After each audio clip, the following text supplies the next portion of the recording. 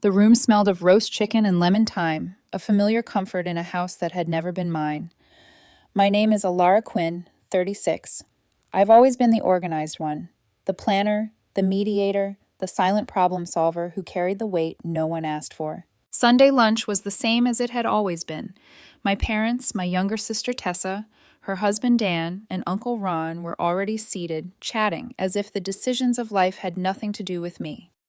I carried the gray folder in my hand, its corners bent like the patience I had worn thin over the years. Dad cleared his throat, a sound that always meant business. "It's decided," he said, voice final. "Tessa gets your SUV. She has kids." The words landed like a hand on my chest. I blinked once, twice. "Excuse me?" I asked, voice measured. The SUV wasn't just any car. It was registered under my company, the one I used for clients, the one I meticulously maintained. Dad ignored me. Mom chimed in softly. "Be reasonable, Alara. You're single. You don't need luxury." Tessa shrugged, like it was a casual suggestion, not a decision that had just erased my consent. "You can afford another one," she said. "Don't be dramatic." Something tightened in my chest, but my voice remained even. "You decided this without me," I said. "Don't start," Dad said. "Family looks out for family." I looked down at the gray folder. I slid it across the table. "Funny you should mention kids," I said, my tone calm but firm. "Here's what Tessa did with the last car someone trusted her with." The room stilled. Dan stopped scrolling on his phone. Mom froze mid-pour of gravy. Tessa's smile faltered. I opened the folder and let the pages fall naturally. Printed emails, insurance forms, the police report, photos of the crumpled hood and bent street signs, the ghost-white dust of exploded airbags. Uncle Ron leaned in without asking. He gasped at the first photo. Tessa's voice went small. "Alara." I didn't interrupt. I let the silence linger, filling the space that my words had always occupied with facts, not excuses. For years, I had swallowed the sentences that should have defended me. Now, I let the folder speak. The battle lines were drawn. The SUV was no longer just a vehicle. It was a symbol of my boundaries, my labor, my dignity. And for the first time, I refused to let the family rewrite history. After Sunday lunch, the gray folder sat on my desk like a silent judge. I didn't touch it at first. Instead, I let my mind replay the small betrayals that had stretched across years. I had always said yes. Always. When my parents needed a car shuttle, I rearranged flights, drove through snowstorms, and packed every family member into my compact sedan. When Tessa's daycare fees rose unexpectedly, I covered the difference. When Dan borrowed my business credit card for a hotel reservation and forgot to cancel, the balance lingered like a parasite until my accountant flagged it.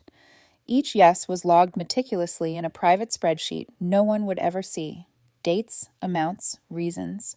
It was my silent testament to all the ways my generosity had been exploited. I remembered the first time I realized I was carrying more than I could bear. It was a mid-July afternoon, and the air conditioner in my office struggled against the heat. A client called, panicked, because their toddler had a fever before a flight to Lisbon. I rearranged flights, called hotels, and coordinated taxis while my own phone buzzed incessantly. Messages from family. "Alara, daycare costs are due. Can you cover?" "Alara, Grandma's hearing aids aren't charged. Can you help?" Each yes I had given felt like adding weight to a backpack I hadn't agreed to carry. The SUV had become the physical embodiment of this slow bleed. I had purchased it for practicality, safety, luggage space, long client drives, but it became the family's moving van, emergency transport, Costco train, and late-night ride for Dan when he drank too much. "Family looks out for family," Dad would say. I had believed it, until the belief became invisible labor and unacknowledged sacrifice. I remembered the night Tessa called me in tears. The SUV was her latest problem. She had clipped a curb, kissed a pole, and deployed the airbags. My company vehicle, insured commercially, now tangled in another of her accidents. My internal reaction was habitual, calm, solution-oriented. I arranged repairs, handled insurance, apologized to the owner, my voice soft, my patience finite. And yet, in private, I updated my spreadsheet. A new line, a new reminder that my yeses had been assumed as endless. I realized how my generosity had become invisible. Small things, $400 borrowed and returned immediately, were remembered, celebrated. Large, ongoing support, co-signing loans, covering bills, fixing mistakes, vanished into family lore as helpful Alara.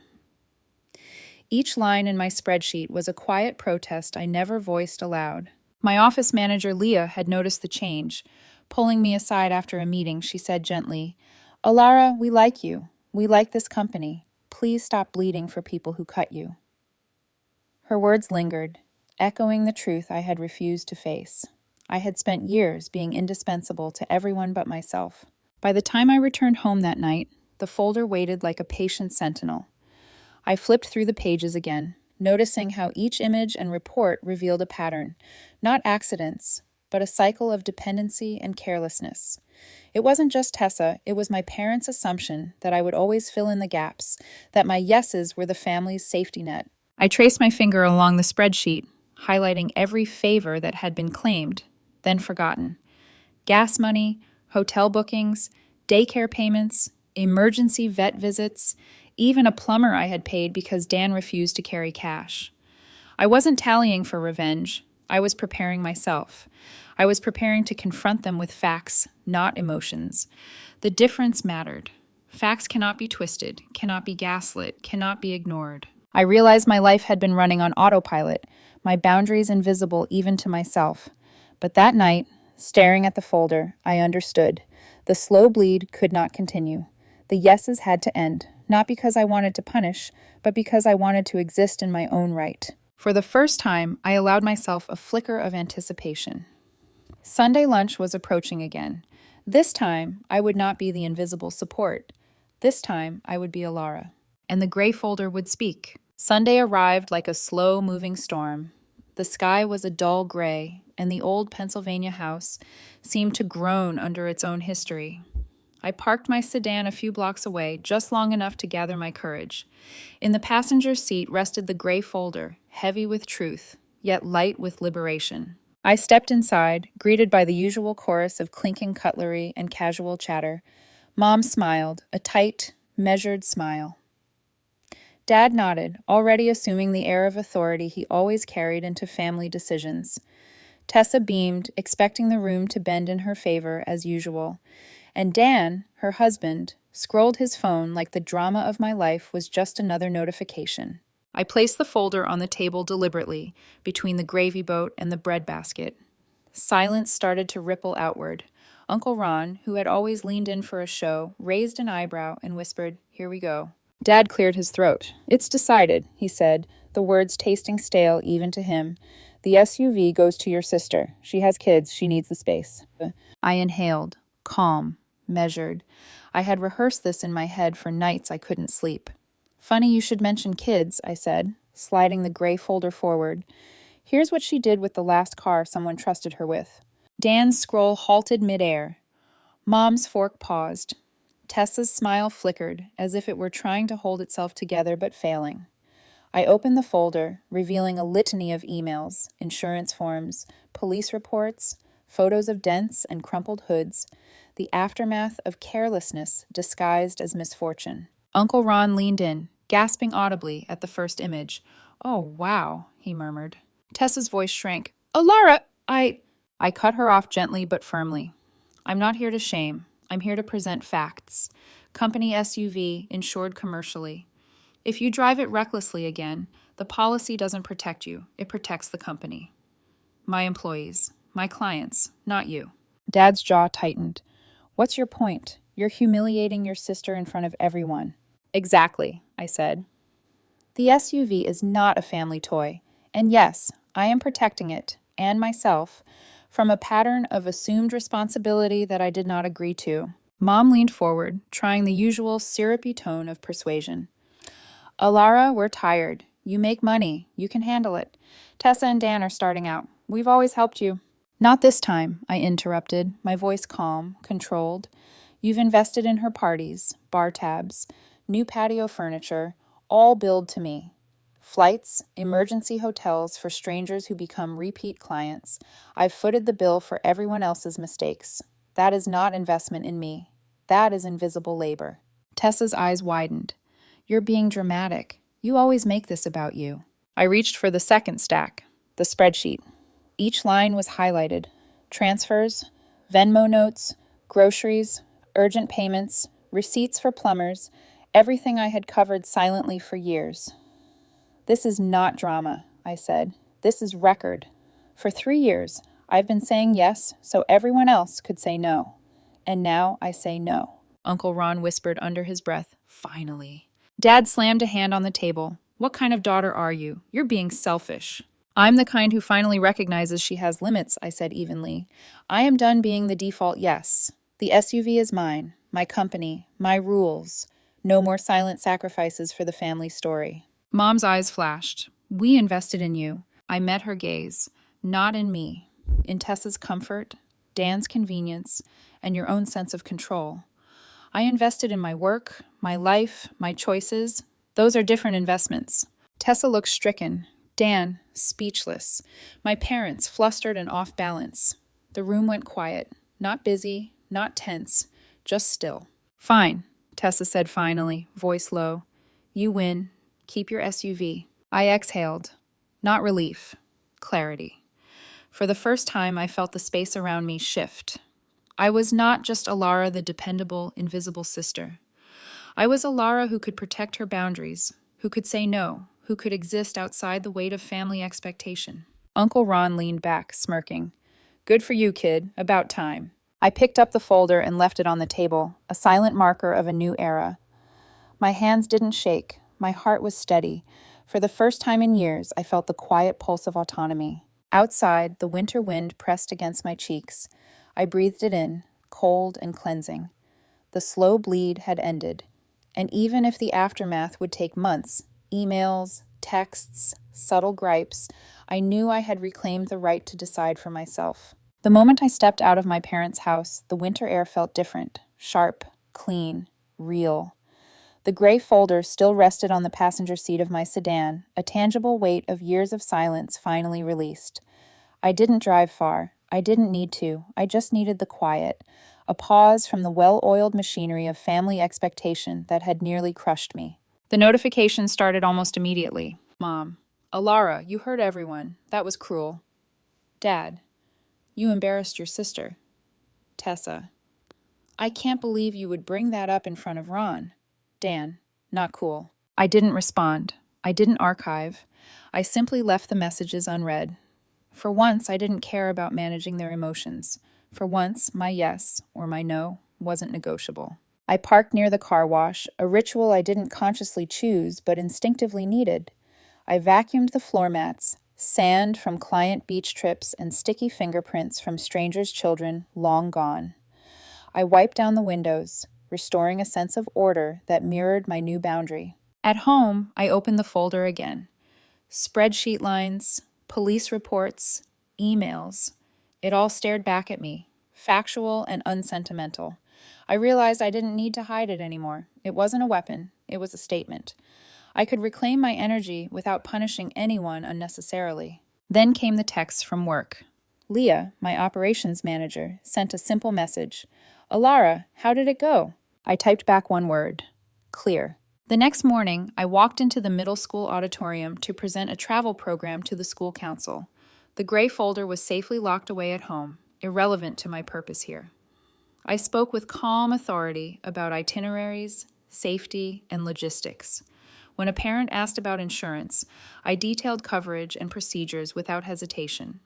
I wasn't just running a business. I was proving to myself that I could operate without being trapped in others' crises. After the meeting, a mother approached me, holding a check in her hand. We've heard such great things about you, she said. From Leah, you show up.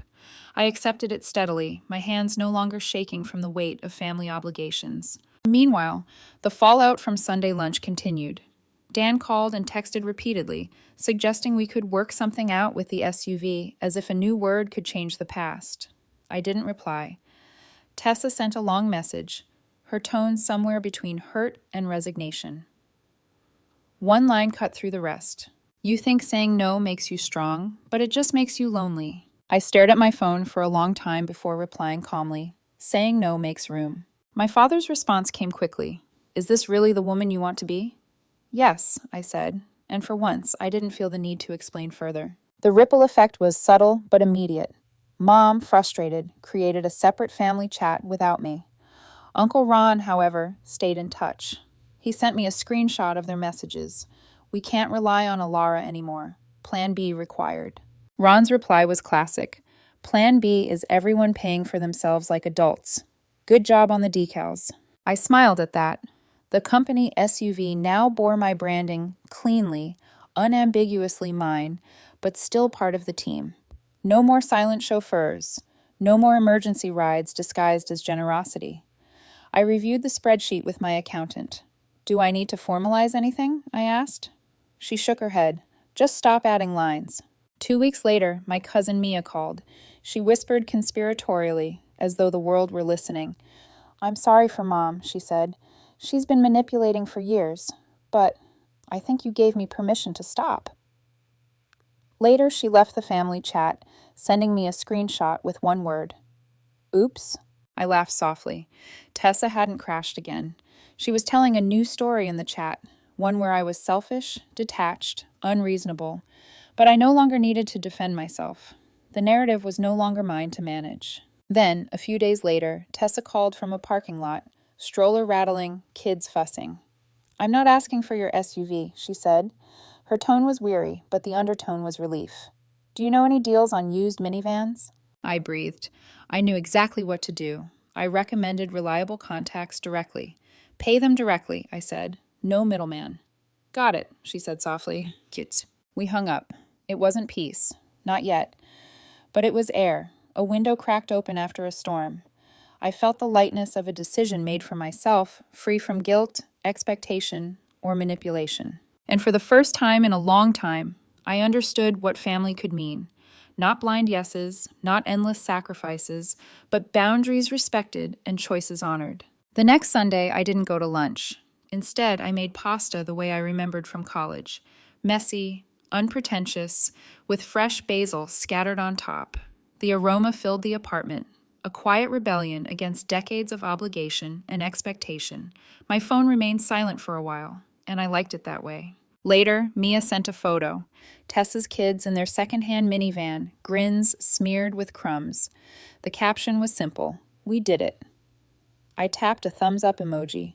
Not because I was indifferent, but because boundaries sometimes need no grand gestures. They just need respect. Leah called, asking about the new corporate retreat I was planning. We talked logistics, itineraries, and safety. For the first time, I realized that I had fully separated my professional life from the endless family ledger. I didn't feel guilty. I felt powerful, capable, and, most importantly, in control. The family chat, which had become a battlefield of expectations and obligations, slowly faded into a background hum. Mom's passive-aggressive comments didn't reach me. Dad's lectures bounced off my newly reinforced boundaries. Tessa occasionally sent a text, usually asking for advice unrelated to money or emergencies.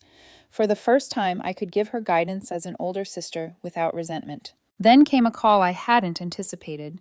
It was from my boyfriend, Lucas. His voice carried the weight of concern, but also admiration.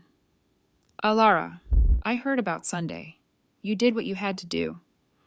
I swallowed, letting a mixture of relief and pride wash over me. I did, I said softly. He came over that evening, bearing a simple bouquet and a warm smile.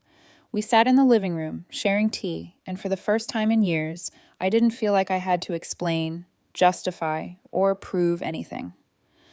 Our conversation flowed easily, the kind of comfort that only comes from being seen and respected. You've been carrying a lot, Lucas said finally, his hand brushing mine. It's time to let some of it go. I am, I replied. I thought about the gray folder, now tucked safely in a drawer, no longer a crutch or a weapon.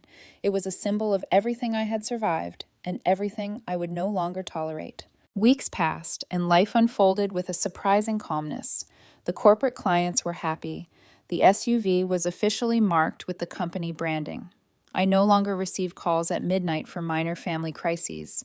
I had finally reclaimed my yes, my no, and the space to breathe. Then, one afternoon, Mia sent another photo, This time of her kids building a small fort in their minivan, giggling uncontrollably. The note read, "Thank you, Alara, for everything." I stared at the photo and allowed myself to feel fully pride, relief, and an unexpected softness toward the chaos that was still my family. But I was no longer swallowed by it. I sat by the window, watching the sun lower in the sky. The streets outside were calm, the air crisp. I reflected on what I had learned. Love and family aren't measured by sacrifices made without boundaries. Respect isn't demanded, it's earned, often quietly. And independence isn't isolation. It's the ability to choose your own yes, your own no, and the life you want to lead. Later that evening, I drove the SUV to a quiet overlook. The engine hummed, the dashboard lights glowing softly. I reached for my phone and typed a message to Lucas. "Meet me here in 10. I want to show you something." When he arrived, he smiled, sensing the quiet victory in my eyes. I stepped out, looked at the car, then back at him.